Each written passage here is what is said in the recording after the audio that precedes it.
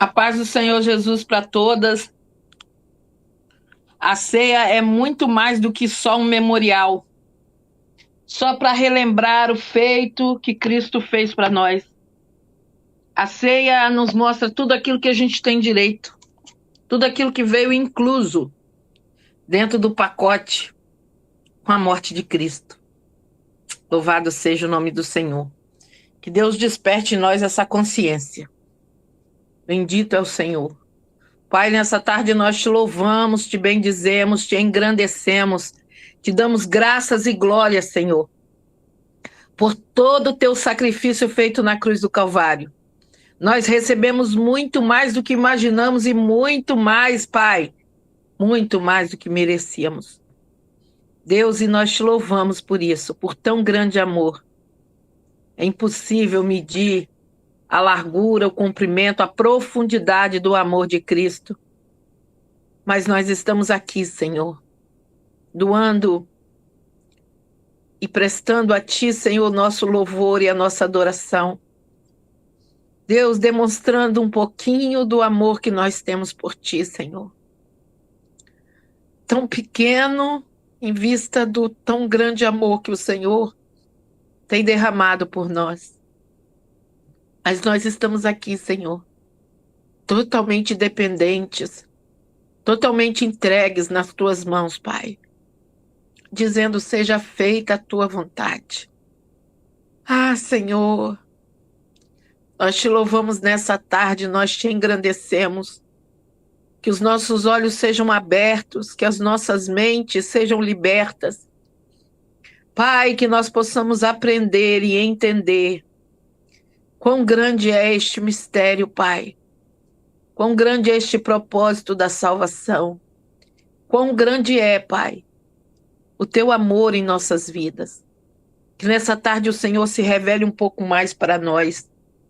Que nessa tarde, Senhor, os olhos do nosso entendimento sejam abertos e que nós sejamos renovadas pelo nosso entendimento.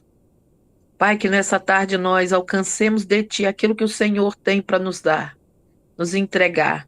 Deus, eu quero colocar em Tuas mãos, quero Te agradecer por tudo. Quero louvar e bendizer o Teu nome, Senhor, nessa tarde. Muito obrigada, Pai, por estar aqui. Em nome de Jesus nós clamamos e Te agradecemos em nome do Senhor Jesus. Amém? Glória a Deus. Hoje é o 12. Hoje é o princípio do descanso. Diz assim a palavra do Senhor: havendo Deus determinado no 7º dia a sua obra que tinha feito, descansou. E Deus abençoou o 7º dia e o santificou, porque nele descansou de toda a obra de como Criador tinha feito. Gênesis 2, 2, 3. Deus descansou. Ele precisava descansar? Deus se cansa? Deus não se cansa, e Ele colocou o descanso para mim e para você, porque Ele sabia que isso era importante, era necessário. Ele criou o homem finito, limitado e dependente. Ele fez tudo o que era necessário para que nós tivéssemos saúde, e o descanso garante a plenitude de acesso a todos os recursos divinos. O descanso ele foi estabelecido por Deus desde o Éden, desde a criação. Deus estabeleceu o trabalho, mas também um descanso. Ele estabeleceu porque é um princípio, e todo princípio gera consequências quando é quebrado. Deixamos de desfrutar dos seus benefícios. Quando eu não descanso, estou mandando uma mensagem para o mundo espiritual dizendo que eu estou no controle. E preciso fazer, porque não confio que alguém vai fazer. Não acredito que existe alguém que está no controle que pode fazer por mim. É essa mensagem que eu mando. Então eu não posso descansar porque tenho que fazer. Porque se eu não fizer, ninguém vai fazer. Então vou ter que fazer. Essa é a crença. Quem está no lugar de Deus? Quem é Deus na sua vida? Eu estou no lugar de Deus e esse pecado se assemelha ao pecado da idolatria. E quais as consequências do pecado da idolatria? É nos afastar de Deus. Existe uma promessa quando escolhemos descansar e deixar uma consequência quando decidimos estar no controle e abrir mão do descanso. a consequência é o acúmulo de cansaço, estresse e falta de conexão com as pessoas à nossa volta. Nosso cérebro necessita do descanso para funcionar na plenitude das suas funções neurológicas. Só um minutinho. Vamos entender algumas coisas em outro ângulo, de outro prisma. Porque muitas das coisas que a gente entende como fisiológicas, como físicas, Deus está falando espiritualmente. Não que o seu corpo não precise descansar. É claro que ele precisa descansar, ele precisa ser renovado. O nosso fígado, ele trabalha enquanto nós dormimos. Então, ele elimina todas as toxinas, ele faz uma limpeza no organismo durante o nosso sono. Por isso é necessário descanso, por isso é necessário uma constância no descanso, né? Uma pausa em detrimento de algumas horas, e é muito necessário. Mas vamos entender e olhar essa coisa de um outro prisma. Por quê? Porque a Bíblia vai dizer que Deus descansou.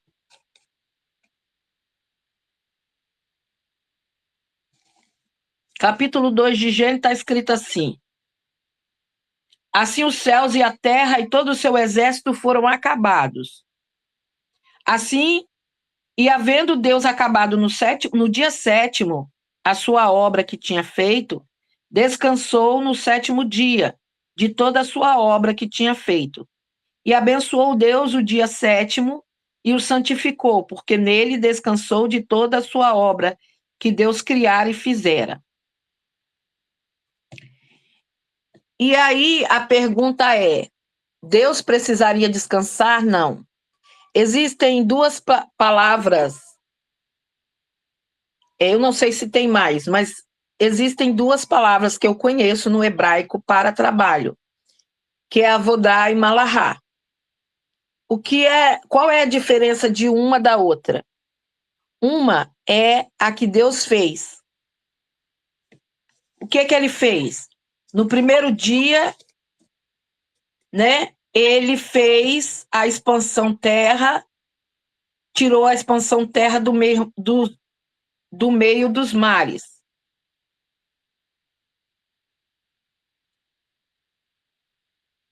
Não, no primeiro dia ele criou a luz, né? E disse Deus: haja luz, e as trevas chamou noite.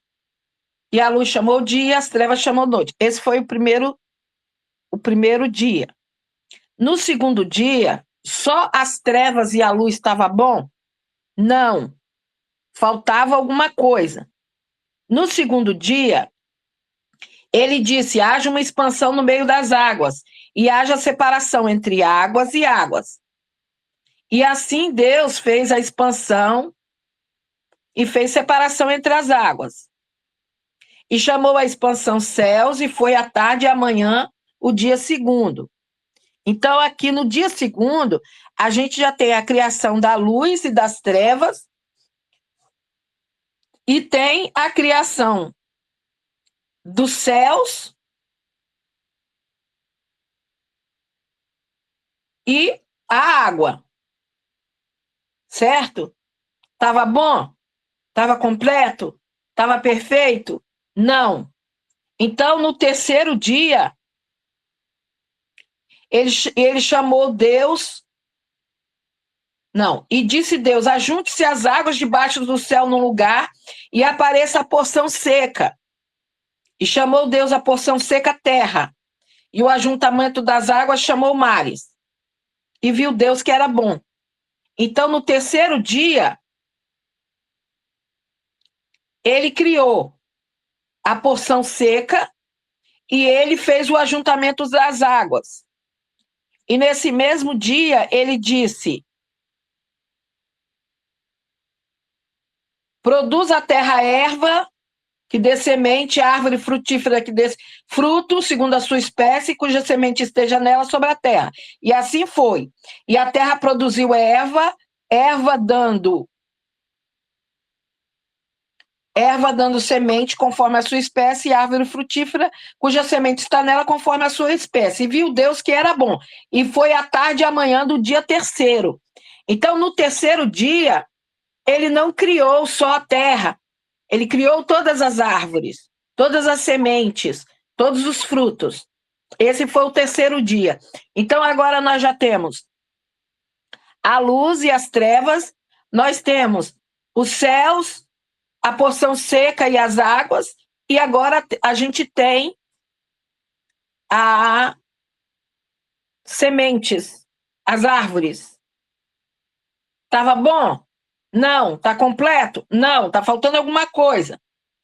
Aí no quarto dia, versículo 14 do livro de Gênesis, ele cria os luminares. Então, aí é que vai começar o dia que eu e você conhecemos. Porque até então é só luz e trevas. Não há dia, não há noite. E a palavra vai dizer, então disse Deus, haja luminares na expansão dos céus, para haver separação entre o dia e a noite. No quarto dia é que o dia e a noite foram criados. Até então, não se tinha dia e noite. Mas, irmã, você leu que foi o primeiro dia, foi o segundo dia, foi o terceiro dia. Na contagem de Deus, não na sua e nem na minha. Não no meu calendário, nem no seu. Não no meu sistema de conhecer noite e dia, nem no seu. Vamos lá. E sejam eles para sinais e para tempos determinados e para dias e anos. Então, a lua, as estrelas, o sol é para dias e anos, estações. E sejam para luminares na expansão dos céus para alumiar a terra. E assim foi. E fez Deus os dois grandes luminares, o luminar maior para governar o dia e o luminar menor para governar a noite. E fez as estrelas. E Deus os pôs na expansão do céu para iluminar a terra, e para governar o dia e a noite, e para fazer separação entre a luz e as trevas, e viu Deus que era bom. E foi a tarde e a manhã do quarto dia. Nós ainda estamos no quarto dia. E nada está completo. E nada está bom. No quinto dia, ele disse, produzam as águas abundantemente répteis de alma vivente, voem as aves sobre a face da expansão dos céus. E Deus criou as grandes baleias e todo réptil de alma vivente que as águas abundantemente produziram, conforme as suas espécies, e toda ave de asas conforme a sua espécie, e viu Deus que era bom. E Deus os abençoou, dizendo, frutificai, multiplicai-vos e enchei a terra, as terras nos mares, e as aves se multipliquem na terra. E foi a tarde e a manhã do dia quinto. Você entende que começa à tarde e amanhã, porque o dia começa às 18 horas. No nosso calendário doido, ele começa à meia-noite. Mas no calendário de Deus, o dia começa às 18 horas. É a tarde e amanhã. E aí, Deus fez o gado, os répteis, as bestas feras, e viu Deus que era bom. E disse Deus, façamos o homem à nossa imagem, conforme a nossa semelhança, e domine sobre os peixes do mar, sobre as aves do céu, sobre o gado, sobre toda a terra, e sobre o réptil que se move sobre a terra. Aqui tem uma outra grande importância. Deus mandou que nós dominássemos. E a gente não domina nem a si mesmo. Eis o grande problema. Mas Deus deu poder para o homem dominar. E criou Deus o homem à sua imagem, a imagem de Deus os criou, macho e fêmea os criou. E Deus os abençoou e disse, frutificai, multiplicai-vos, enchei a terra e sujeitai-a, dominai sobre os peixes do mar, sobre as aves do céu, sobre todo animal que se move sobre a terra. E disse Deus, eis que vos tenho dado toda a erva que dá semente, que está sobre a face de toda a terra, e toda árvore que dá fruto, que há fruto de árvore que dá semente, ser-vos-ão por mantimento. E a todo animal da terra, e a todas as aves do céu, e a todo réptil da terra, em que há alma vivente, toda a erva verde lhe será por mantimento. E assim foi. E viu Deus tudo quanto tinha feito, e eis que era muito bom. E foi a tarde e a manhã do sexto dia. Aqui já tem uma outra diferença. Aqui no sexto dia ele não vai dizer que é bom. Ele só vai dizer que é muito bom. Por quê? Porque a obra está completa. A obra foi concretizada. Tudo está muito bom. Então, essas duas palavras no hebraico que eu falei, de avodá e malahá, é porque uma significa o trabalho que é modificado e outra significa o trabalho que é físico. Então, Deus não descansou do trabalho físico, porque ele não se cansa, nem se fatiga. A palavra vai dizer isso. Mas ele deixou de criar. Tudo que ele fez, tudo que ele criou até o sexto dia. No sétimo dia não houve criação. No sétimo dia não houve uma continuidade. Não houve uma mudança. Eu não sei se você está entendendo o que eu estou falando. Tudo que Deus criou existe desde a fundação do mundo. Nada foi modificado. Nada foi feito novo. Quando Deus vai fazer de novo? Quando Deus vai tornar a trabalhar novamente? Quando ele enrolar os céus e a terra. E aí ele vai criar novos céus e novas terras. Isso é quando? Lá no final de todas as coisas. Consegue entender? Então Deus parou o seu trabalho. Agora ele não trabalha mais. E ele não trabalha. Ele vai voltar a trabalhar no final, refazendo as coisas. Entende? Então, o que é que o judeu guarda? Vamos entender. O judeu, ele guarda no Shabá, ou seja, a partir das 18 horas de sexta-feira, ele deixa a comida, tudo pronto. Por quê? Porque você pode, por exemplo, cortar uma carne no Shabá, porque ela continua sendo carne. Você não pode cozinhar essa carne, porque vai haver uma transformação nela. Entende? Então, tudo deles é assim, tudo que for para ser transformado não pode ser feito no sábado. Ou ele é feito na sexta, ou ele não vai ser feito. Então, por exemplo, na casa do judeu tem sensores de presença. Então, ninguém acende luz, nem apaga a luz. O que é feito pelo sensor de presença, não é feito por eles. Eles não acendem fogo. Então, é isso que a gente precisa entender.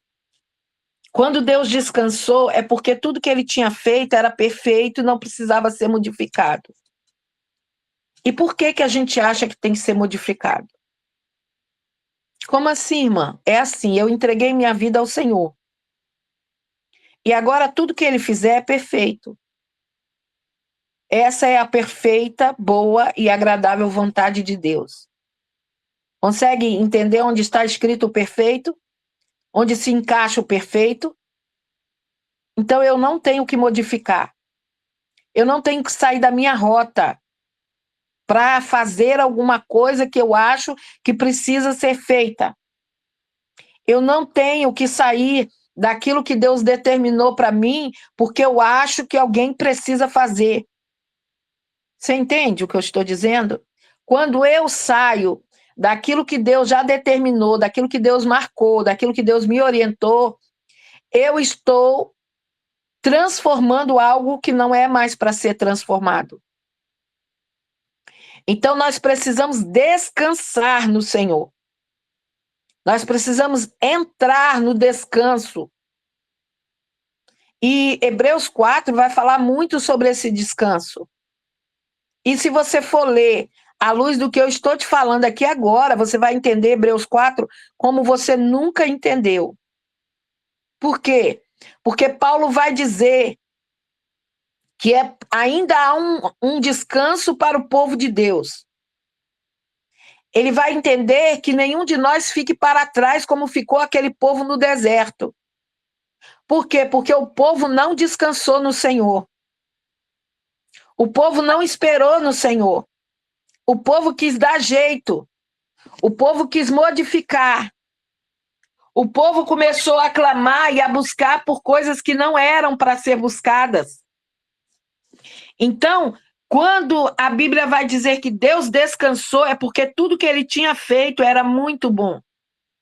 Não precisava mais de mudança, ele não precisou acrescentar mais nada na terra. Ele não precisou acrescentar mais nada no céu. Eu não sei se você entende o que eu estou dizendo. Nada precisou ser modificado. Então, vê, o escritor aos Hebreus, que a gente acredita que é Paulo, mas a gente não pode dizer que é, porque não há uma comprovação sobre isso. Ele vai falar no capítulo 4 do livro de Hebreus, e se você for ler com esse entendimento, você vai ter um outro tipo de entendimento dessa palavra. Olha o que ele diz: temamos, pois, que porventura, deixada a promessa de entrar no seu repouso, pareça que algum de vós fique para trás. Porque também a nós foram pregadas as boas novas como a eles. Mas a palavra da pregação nada lhes aproveitou, porquanto não estava misturada com a fé naqueles que a ouviram. Porque nós, os que temos crido, entramos no repouso, tal como disse: assim jurei na minha ira, que não entrarão no meu repouso, embora as suas obras estivessem acabadas desde a fundação do mundo.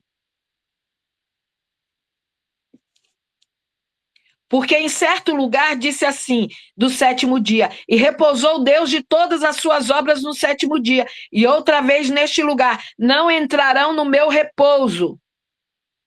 Por quê? Porque tudo ele já preparou. Está tudo pronto. Está tudo ordenado. O que faltava então, irmã? Faltava eu aceitar a Cristo. Faltava eu entrar no repouso. Faltava eu descansar. Descansar de quê? Das minhas obras, porque até aqui eu lutei com as minhas forças. Porque até aqui eu tentei dar jeito na minha vida. E deu? Não. Então eu aceitei a Jesus. Para quê? Para que ele dê jeito na minha vida.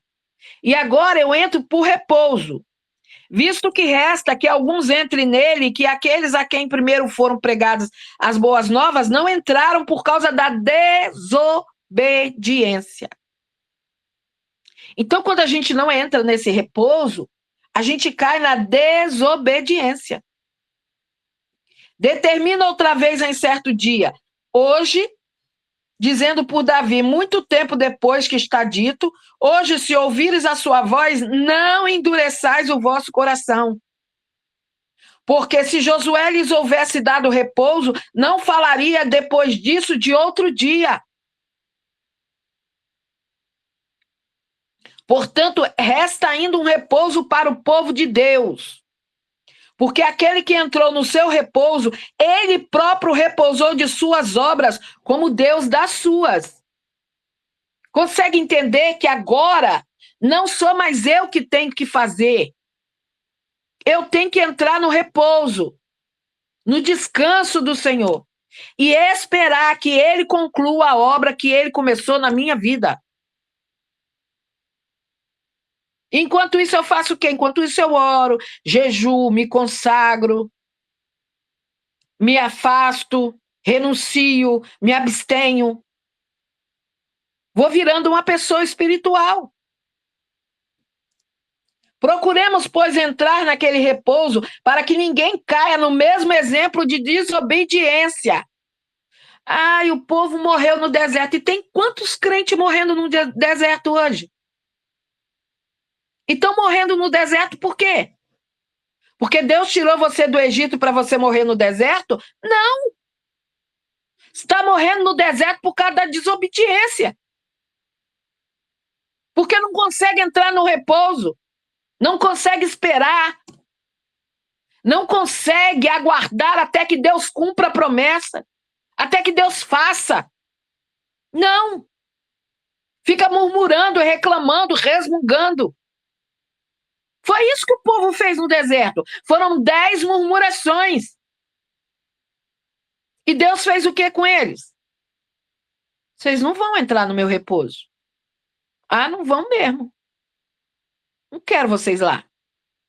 Vocês são rebeldes, desobedientes, morreu todo mundo no deserto. Porque a palavra de Deus, ela é viva e eficaz e mais penetrante do que qualquer espada de 2 gumes e penetra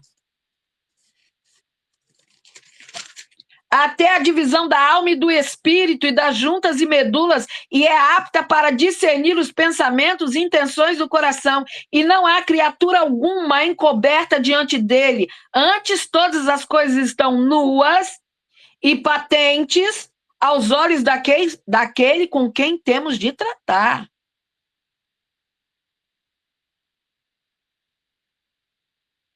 E aí ele continua aqui, ó. Vou ler só 3 versículos que falta.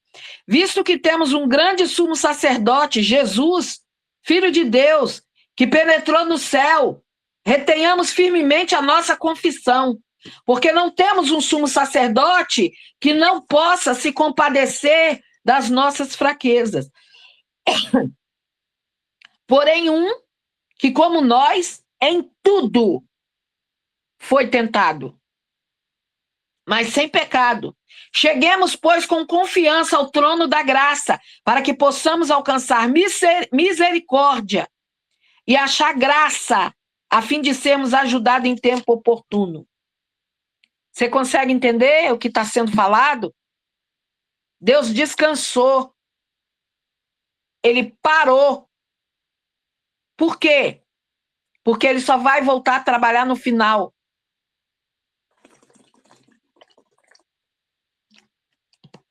E nós deveríamos descansar e aguardar as promessas se cumprir.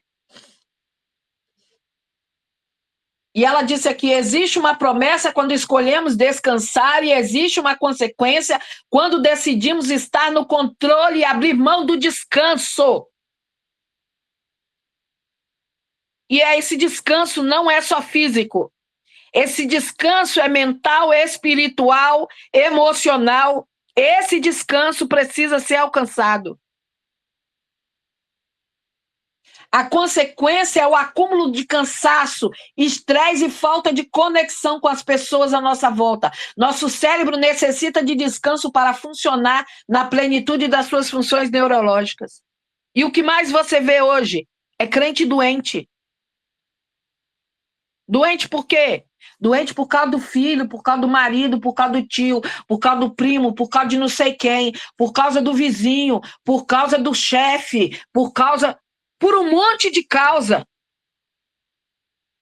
que não pertence a ele, que não diz respeito a ele, que não é função dele e que pior, ele não modifica. Ele não modifica. Qual de nós, mães aqui, pode evitar que os nossos filhos sofram um acidente, uma queda, um corte,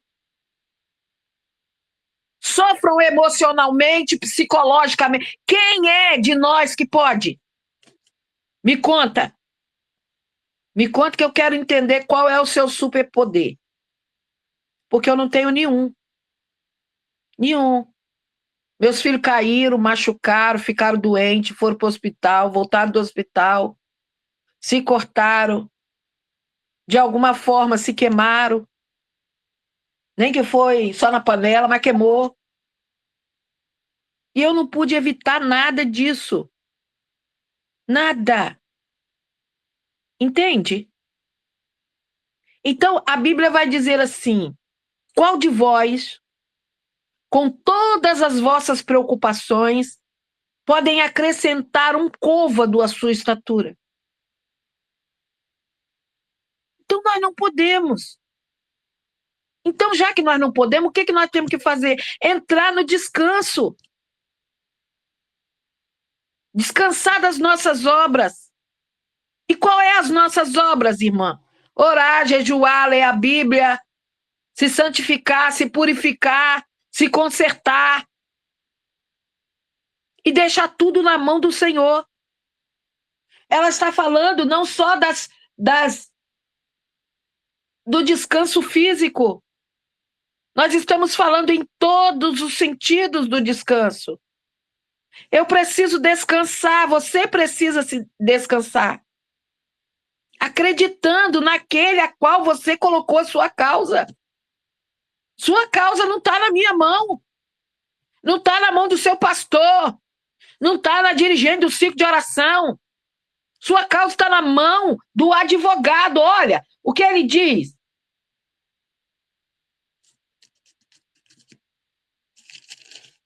O que ele diz aqui? Visto que temos um grande sumo sacerdote, Jesus, Filho de Deus, que penetrou nos céus, retenhamos firmemente a nossa confissão, porque não temos um sumo sacerdote que não possa se compadecer das nossas fraquezas. Porém, um que, como nós, em tudo foi tentado, mas sem pecado. Então, cheguemos, pois, com confiança ao trono da graça. Você já chegou no trono da graça com confiança? Para que possamos alcançar misericórdia e achar graça, a fim de sermos ajudados em tempo oportuno.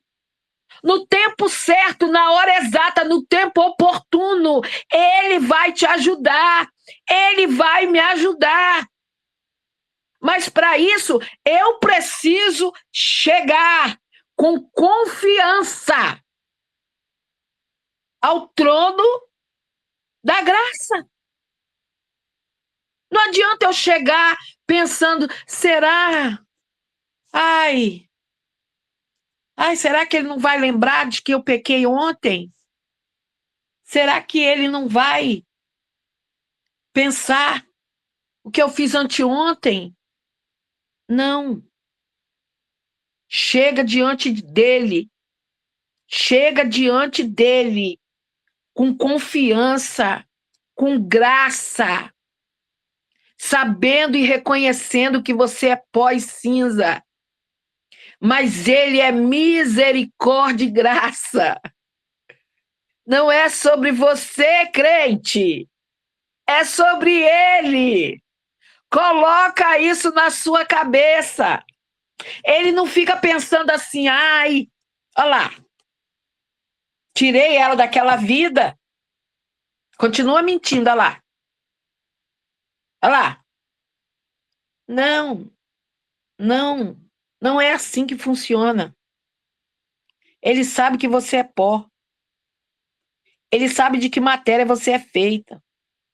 O que Jesus disse para os discípulos? Vigiai e orai. Para quê? Para que vocês não caiam em tentação. Por quê? Porque eu sei que o espírito está pronto. Mas eu também sei que a sua carne é fraca. Ele sabe, crente. Ele sabe. Ele não está esperando de você perfeição. Ele não está esperando de você performance. Ele está esperando de você esforço. Esforça-te. Tem bom ânimo. E eu te ajudarei. O que você não consegue, eu consigo. O que você não faz, eu faço. O que você não pode, eu posso. Entende que não é sobre você, crente. É sobre o que está sobre você. Eu acho tanta graça, você sabe por quê? Tem hora que eu fico rindo sozinha, porque eu conheço algumas figuras carimbadas que são assim, né? Eu fiz teologia, fiz doutorado, fiz mestrado. E eu fico olhando e fico pensando assim, e eu continuo carregando a minha cama. Porque eu não tive força para me levantar dela. Eu só me levantei porque ele me levantou. E aí eu não tive força para sair da cama. Agora eu acho que eu tenho força para alguma outra coisa. Você consegue entender o que eu estou dizendo? Acorda, crente. Sai desse mundo de óis. Sai desse mundo de óis, acorda. Você não pode nada, não. Se ele te deixar por 2 minutos, Pedro, Satanás pediu para cirandar contigo, Pedro. Mas eu roguei ao Pai por você. Você não está entendendo, Pedro. Você está achando que você é top. Você não é nada, filho. Você é carne, pó, cinza, poeira. Segura em mim. Segura em mim, Pedro. Esteja firmado em mim. Não sai da rocha. Entende? Aí a irmã me fez uma pergunta, e aí na hora eu abri a Bíblia e respondi. Ela falou bem assim, como pode? Eu perguntei o fulano tem doutorado, ele não soube me responder. Eu falei, filha, porque não é o doutorado dele que faz. É a revelação. É a graça. É o Espírito. Lembra quando Jesus orava? Ele orava assim, olha. Pai, graças te dou, porque escondeste essas coisas dos sábios e entendidos e revelaste aos pequenos. Ele não está falando pequeno, que é porque o cara não tem doutorado, não tem mestrado. Não! Ele está falando pequeno porque é humilde, porque sabe quem é, sabe de onde veio, sabe quem é Deus na vida dele. Você entende isso? Então, Deus não está preocupado com quantos cursos eu tenho. Deus não está preocupado com qual é a minha carteira da igreja. O que está escrito nela? Se eu sou pastora, se eu sou missionária, ou se eu sou só membro. Deus não está interessado nisso, crente. Ele sabe a quem deu. Você consegue entender isso? Pode ninguém ver, ninguém está enxergando o que você tem. Mas ele sabe a quem ele deu. E tá tudo bem. Porque é dele. Vai ser usado por ele. É isso. Então nós precisamos descansar. E aí, irmã, você está fugindo do livro? Não. Porque não adianta eu descansar o meu corpo se aqui não descansa. Tem gente que dorme, deita para dormir de noite e levanta quebrado. Levanta moído. E levanta moído por causa de quê? Porque não descansou. A mente não descansou. Entende? E a gente precisa começar a entrar nesse repouso. E saber que ele está no controle de todas as coisas. Eu vejo, às vezes, o desespero assim. Ai, não vai dar tempo. Ai. Vai, crente, vai. Se é dele, se ele está no plano, vai dar tudo certo. Vai dar tempo. Vai ter festa. Vai ter glória. O nome dele vai ser glorificado. É isso. É dele. Então, o descanso, ele só está disponível aos verdadeiros cristãos. A incredulidade e a falta de fé bloqueiam a entrada no descanso. Falei alguma coisa fora até agora? Não, eu estou mostrando para vocês Hebreus 4, que fala do repouso de Deus. Então, a incredulidade e a falta de fé não deixa você entrar no descanso. E não adianta você dizer para mim, não, irmã, eu creio. Porque eu não vejo você por dentro, mas tem um que vê. E ele sabe que por mais que a tua boca diz, eu creio, o teu coração treme. E aí eu vou te dar um conselho que eu uso para minha vida. Eu jamais, em modo nenhum, em circunstância nenhuma, eu chego diante de Deus e digo para ele, Senhor, o Senhor está vendo isso? Aquilo outro, sabe? Querendo me justificar, querendo mostrar por que eu fiz. Não, já chega logo rasgando. Miserável homem que eu sou. É isso que Paulo diz. O bem que eu quero fazer, eu não faço. Mas o mal que está em mim, esse eu pratico. Miserável homem que eu sou. Quem me livrará do corpo dessa morte? Não adianta você chegar diante de Deus jogando a culpa no fulano, no beltrano, no ciclano. Não adianta. Deus não gosta de gente meia boca. Deus gosta de sinceridade. Senhor, pequei diante do céu e da terra. Foi isso que aquele filho pródigo, depois de gastar tudo que ele tinha, tudo que era dele, ele chega diante do pai e diz, eu pequei. Eu não tenho justificativa. Mas deixa eu voltar e ser um dos seus jornaleiros. Deixa eu começar de novo. Deixa eu começar por baixo. E aquele pai faz o quê? Manda dar um banho, troca as vestes, bota uma sandália, bota um anel no dedo.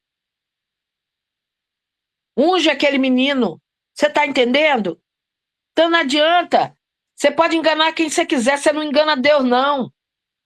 Então por que nós vamos diante dele com esse monte de mazela, querendo enrolar a conversa? Não enrola não, filha. Sai da graça, Deus. Pequei.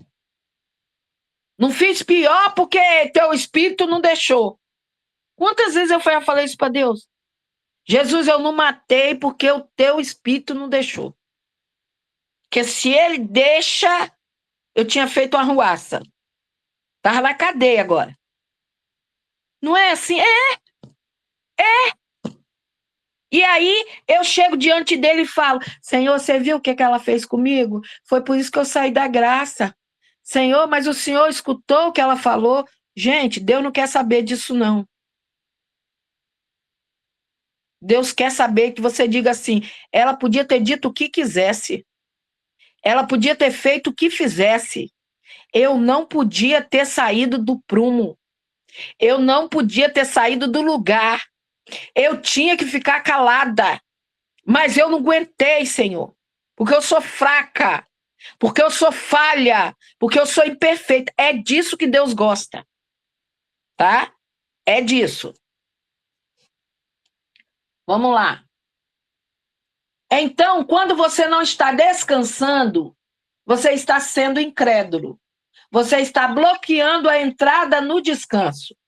A incredulidade, ela bloqueia a entrada no descanso de Deus. Enquanto a fé, ela abre a porta. E mais uma vez, o discurso está pronto. Eu sei falar, mas eu não consigo viver. E esse é o problema. Porque falar, até papagaio fala. O problema todo é viver o que você fala. Né? É. Porque existe um sistema que aprendeu a estar no controle. Um sistema lá na minha origem de abandono e de falta de segurança básica. Quem deveria cuidar de você não cuidou, por isso você foi para a independência. Foi se virar sozinho e o seu treinamento falou que você tinha que fazer, porque se você não fizer, ninguém vai fazer. Você não aprendeu a descansar e a saber que o pai cuida, que tem um pai que supre, que faz o necessário, que sabe do que você precisa, que cuida dos lírios do campo, que alimenta os passarinhos e ele não vai cuidar de você? Então eu também entendo isso. Eu também era assim. Os abusos, o abandono, o mundo me ensinou que eu tinha que me defender. Que eu tinha que aprender a lutar para não morrer. E a gente entende isso. Mas agora você veio para Jesus. Agora você tem um que luta por você. Agora você tem que aprender a descansar. Precisamos descansar. Precisamos viver aquilo que nós estamos pregando. Eu achei graça, porque foi assim. E até vou falar hoje também. Sábado, a irmã tinha me chamado para pregar no sábado passado, mas a semana, para mim, passou tão depressa. E aí, quando chegou no sábado, eu acordei, mas não levantei, fiquei na cama. Aí fiquei. Não levantei. De repente, eu fui olhar no WhatsApp, aí a irmã mandou um link. Aí eu lembrei, tem que pregar. Misericórdia. Esqueci da pregação, Jesus. Aí pulei da cama, fui escovar os dentes, pentear o cabelo, dar roupa. E ainda bem que eu tinha uma palavra no coração. Aí lá na live eu acabei falando que eu não botei o link antes nos grupos, porque nem eu lembrava como que eu ia botar link. Essa é a realidade. É igual hoje. Meu marido está em casa. Vocês acham que eu lembrei do estudo? Eu fui lembrar do estudo, era 1h14. A hora que a minha ficha veio cair. Por quê? Porque eu sou assim. E aí adianta eu ficar dizendo, não, pererê, pererê, perorô, perorô. Não, mentira! Aí adianta a gente ficar dando desculpa? Não, irmãs, é porque aconteceu. Não aconteceu nada, irmãs. Eu estava deitada na cama, de boa, achando que eu era a rainha da cocada. Não precisava nem levantar no sábado, né? Podia ficar o dia todo deitada. Aí, de repente, a ficha caiu, que não é assim que funciona. Você entende o que eu estou dizendo? Então, para com isso. Porque elas não viu, mas Deus viu. Elas não sabem, mas Deus sabia. E aí, para Deus fica mais bonito a gente confessar do que a gente fingir que não aconteceu. Porque aconteceu. A irmã foi pregar, a irmã não tinha uma palavra, a irmã, como fala, até esqueceu. Eu falei com a irmã, eu falei, irmã, não é menosprezando, não, é que eu sou assim. Mas eu tinha uma palavra no meu coração que ardeu a semana toda. Eu falei, é essa mesmo, Jesus, que vai. É essa que vai, pronto, acabou. Aí eu fico constrangida com você, mas não fico constrangida com o Espírito Santo. Não consigo entender isso não, gente. Se tem alguém que me constrange, é o Espírito Santo. Porque ele fala, eu vi, tá? Eu vi. Te vi. Te vi, Natanael, debaixo da figueira. E aí? Aí eu vou me preocupar com você, que não pode fazer nada por mim? Não vou, irmã. Não vou. Estou preocupado com quem pode fazer alguma coisa. E é bíblico. Temei aquele que mata o corpo e joga a alma no inferno. Aí a gente fica com medo de quem? De quem mata o corpo só. Não pode fazer mais nada contigo. Não, irmãs, não. Acorda. Sejamos sinceros. Quando você é sincero e fiel, é o que eu falo sempre às irmãs. Peça a Deus, não para o seu marido ser fiel a você, mas para ele ser fiel a Deus. Porque se ele for fiel a Deus, ele vai ser fiel em todos os seus relacionamentos, em todos os seus negócios, em tudo que ele fizer, porque Deus constrange ele. Entende? Então, eu tenho que ser fiel a Deus. Ele é que tem que me constranger. Porque quando ele me constrange, o outro não está vendo, o outro não está ouvindo o que tá gritando aqui dentro. Ele não está ouvindo, mas Deus está. Então, isso tem que me constranger. Não é o outro irmão, não é o pastor, Não é, não, irmãs, não é o meu marido, é aquele que está aqui dentro e que vê todas as coisas. E olha o versículo que nós lemos no próprio capítulo 14 de Hebreus, que a palavra de Deus é penetrante.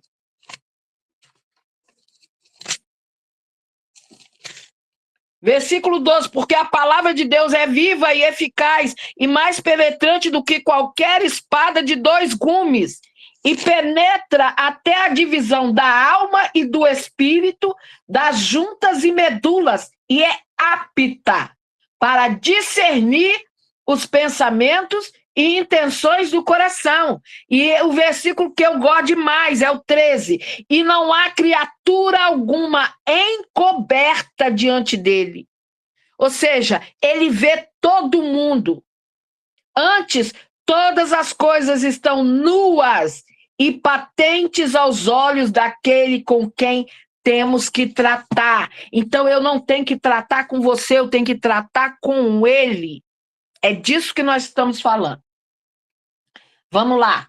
Ele diz que vai te ensinar e ainda dá tempo de aprender, porque você não está atrasada. Hoje ele quer te ensinar. E se você quer aprender, pega na mão dele, porque ele diz que o trabalho é dele. O pai cuida. Ele está falando isso para você. O pai protege. Eu cuido. Eu sou suficiente. Eu te dou o que você precisa. Em muitos lugares, Deus não é mais suficiente. Eu preciso de artifícios e subterfúgios para prender a atenção, para prender as pessoas, para chamar as pessoas. E isso é triste, porque Jesus ainda é suficiente para salvar. Ele não precisa de nenhum artifício. Eu estava meditando um dia desse, que eu vi aquela série, né, The Chosen, alguma coisa assim. E aí eu estava meditando que na série, quando os discípulos iam pregar, eles só pregavam a palavra. Assim, era só a Bíblia que era lida. Não tinha mais nada. Não tinha mais uma explicação, um ensinamento. Não tinha. Eles usavam só a palavra, aquilo que Jesus tinha falado. E era suficiente para salvar multidões. Eu não sei se vocês já viram alguma pregação do... Não vou lembrar o nome dele. Que foi considerado um dos maiores pregadores, um dos maiores ganhadores de alma. E ele não era uma pregação, sabe, inventando nada novo. Não, agora nós estamos inventando a roda quadrada. Não! Era só a palavra. Ele citava a palavra, ia citando a palavra. E era suficiente para multidões se renderem. E por que isso não acontece mais hoje? Billy Graham, isso mesmo, obrigada. E por que hoje não acontece mais isso? Porque nós inventamos moda demais. Aí eu tenho que pintar as igrejas agora de preto para chamar os jovens. Onde que está escrito isso na Bíblia?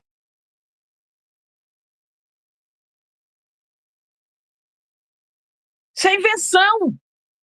Isso é firula. Agora eu tenho que botar o nome da igreja Church. Não posso mais colocar Igreja, Assembleia de Deus. Não, é Church. Venha para a Church. Ué?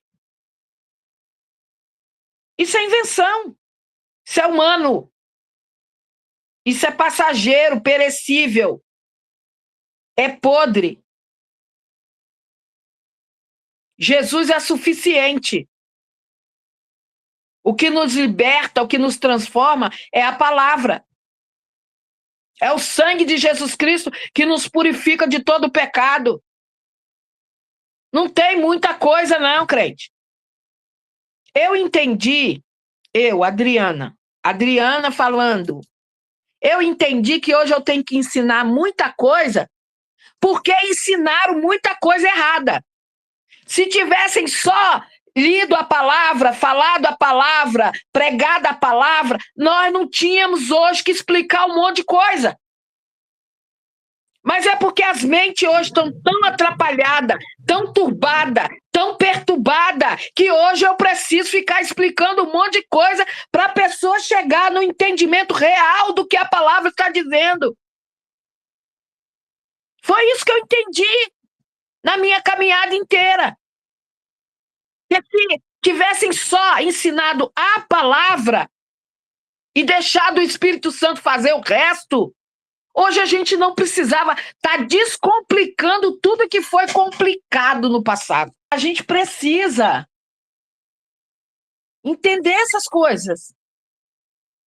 Parar de inventar moda. Querer inventar roda. Vamos lá.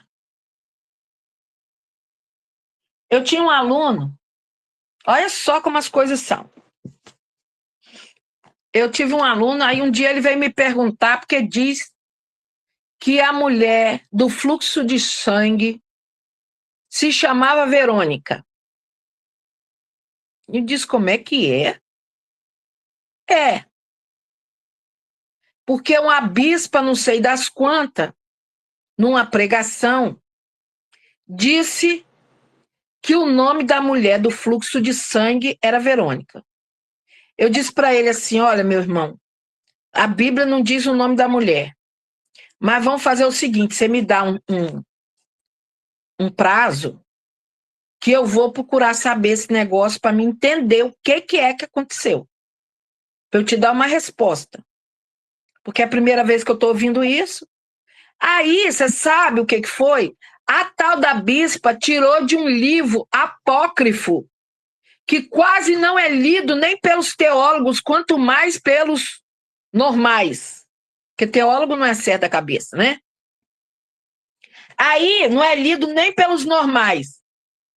E nesse livro apócrifo, que foi desconsiderado, que não faz parte do cânon sagrado, que não faz parte da Bíblia Sagrada, diz alguma coisa sobre essa tal de Verônica. Pelo amor de Deus, gente. Existe 1 milhão de histórias da Carocha. Tem um monte de história da Carochinha. Aí agora eu vou pegar um trem que não está na Bíblia, não está na palavra, em nenhum dos evangelhos, e vou começar a pregoar que o nome da mulher era Verônica. Você consegue entender que eu começo a me embaraçar com coisas que não é para eu embaraçar? Mas alguém quis pregar diferente, quis dar um choque. Oh, ela descobriu o nome da mulher do fluxo de sangue. Ai, que revelagem. Ai, que pelancachúria. Você entendeu? Pelo amor de Deus, crente, para com isso. Larga disso. Você ouviu umas besteiras dessa, entra aqui e sai aqui. Não carrega, não. Não joga para a igreja, não. Não faz uma coisa dessa, não. Não blasfema o nome de Jesus, não. Você entende? Fala o evangelho simples.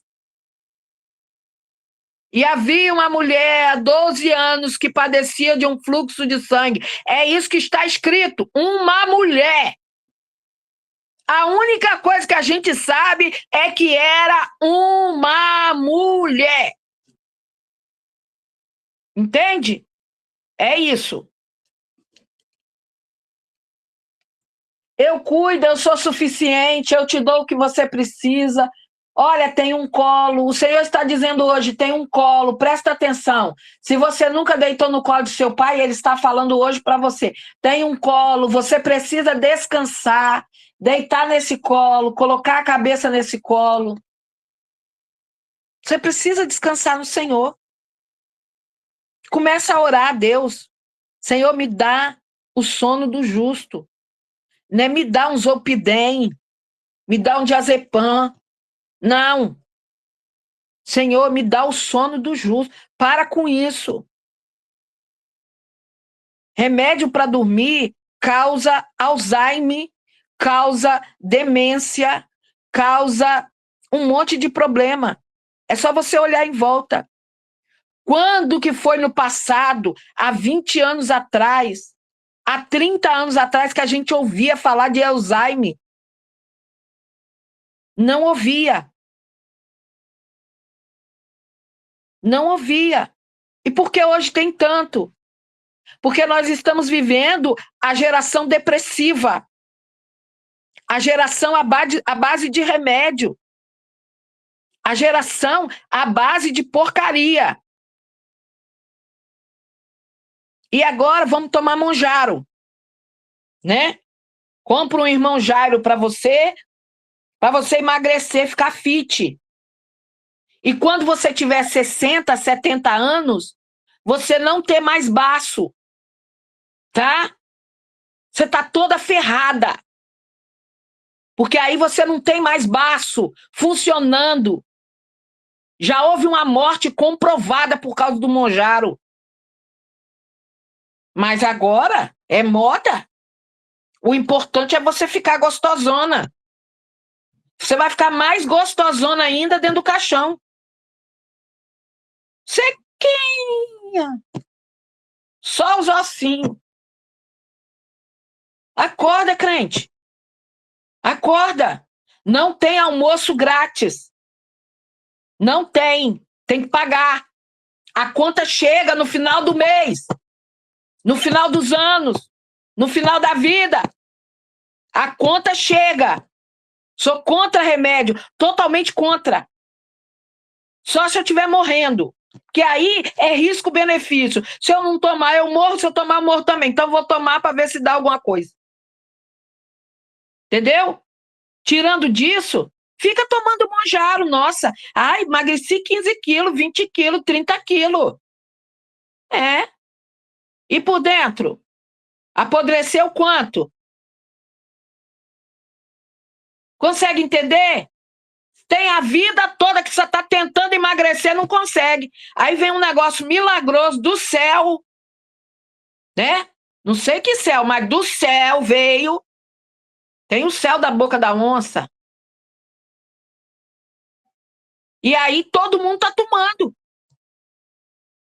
E eu vou tomar também. Acorda, crente. Vai pedir a Deus estratégia. Vai pedir a Deus força de vontade para fechar a boca. Vai pedir a Deus condição. Entende? Vai entrar no descanso. Vai descansar das obras. Vamos lá. E tem gente que não gosta que a gente fala, não. Mas vai procurar saber, gente. Vai procurar saber. Tem gente já ruim. Ele causa paralisia estomacal. Seu estômago para de funcionar.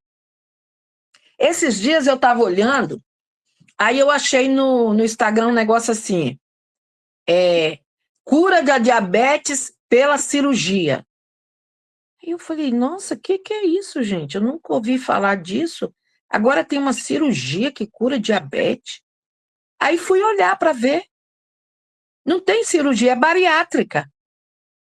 Só mudaram o nome para enganar os trouxa. É bariátrica. Tava olhando lá, fui escrafunchar para saber que raio de cirurgia é essa que eu nunca tinha ouvido falar. Mas não, eles mudam o nome do trem para dar ibope. Por quê? Porque o gordo agora toma Monjaro, então não quer fazer bariátrica. Mas e o diabético? Faz o quê? Então vamos fazer uma bariátrica nos diabéticos. De algum jeito, eles têm que ganhar dinheiro. Então acorda. Acorda para essas promessas vazias. Que Deus cuida de você. Deus cuida da tua saúde. Deus cuida. Ora ao Senhor, peça ao Senhor. Quantas vezes Deus fala, estou entrando na tua saúde, estou renovando as tuas forças, estou aumentando os seus anos de vida. Quantas vezes você ouve Deus falar usando pessoas para outras pessoas? Nós precisamos acordar enquanto é tempo. Amém? Vamos terminar aqui? Você vai colocar um travesseiro e vai falar: papai, esse travesseiro representa o seu colo. E hoje eu vou deitar no seu colo. E o Senhor está falando aqui que hoje Ele quer dar esse descanso.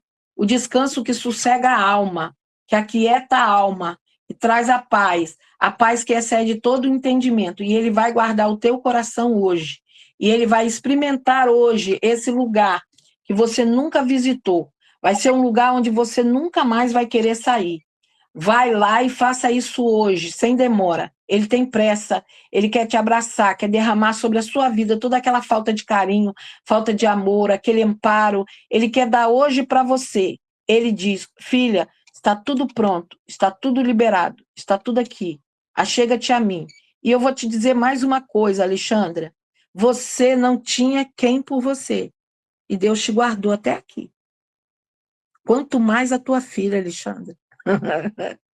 Quanto mais agora que você tem um pacto com ele, uma aliança com ele. Você entende o que eu estou falando?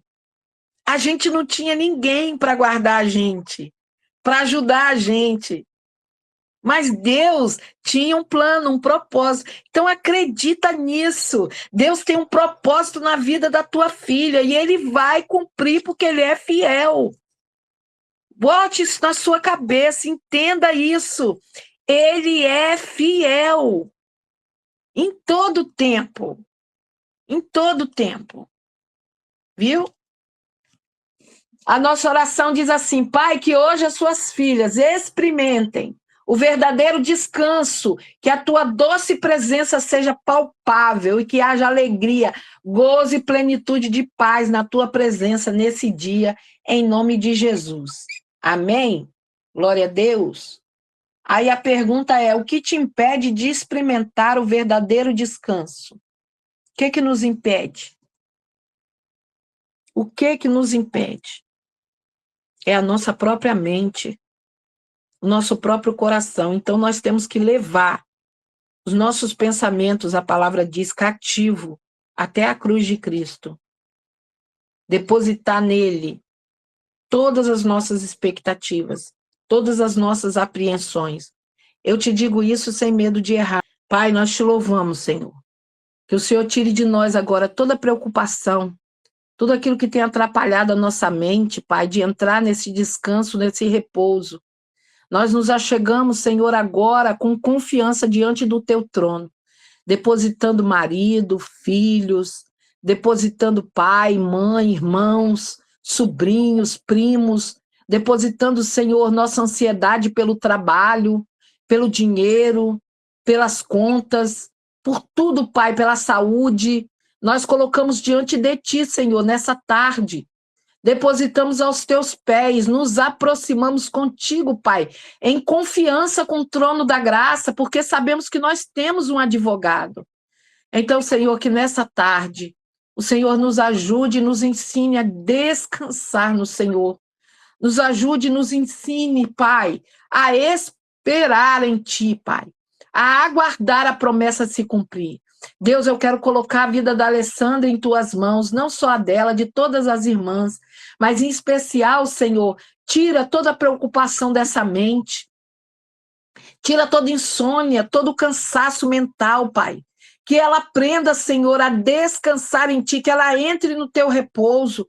Dá a ela uma estratégia, Pai, para que ela possa entrar e adentrar no Teu repouso, Senhor, e descansar das Suas obras. Porque ela ora, Pai, ela clama pela sua filha, pelos seus filhos, pelo seu marido. Eu sei, Jesus querido, que ela faz. Então, Pai, em nome de Jesus, dá a ela estratégia, Pai, para vencer essa guerra. Ó Deus, eu quero colocar em Tuas mãos. Ó Pai, em nome de Jesus, que toda essa imunidade baixa, Pai, que todas essas coisas que têm vindo, Pai, para machucar o corpo, a pele, as mucosas, que seja repreendido em nome de Jesus Cristo. Eu profetizo cura nessa tarde sobre a vida da Alexandra, Pai. Eu profetizo libertação para a glória do Teu nome, Senhor. Ó Deus, em nome de Jesus, completa a obra que o Senhor começou na vida dela. Eu sei que grandes coisas ela deu testemunho aqui com a sua boca. O Senhor já fez e muito mais o Senhor fará. Pai, eu quero colocar tudo diante do teu altar, cada irmã, cada lar, cada família aqui representada. Que nós entremos, Pai, no seu repouso nessa tarde, no seu descanso, Pai. Que nós venhamos a entender, Senhor, que assim como o Senhor descansou e está esperando tudo se cumprir, porque já está no propósito, já está no plano, que a gente também entre para esse descanso e espere tudo se cumprir, tudo que está no propósito, no plano, no decreto, tudo que foi planejado e sonhado por ti, Pai, para as nossas vidas, que nós entremos nesse descanso nessa tarde e aguardemos, Pai, se concretizar, se materializar na nossa vida, até que o Senhor tudo faça para a glória do teu nome. Em nome de Jesus. Amém?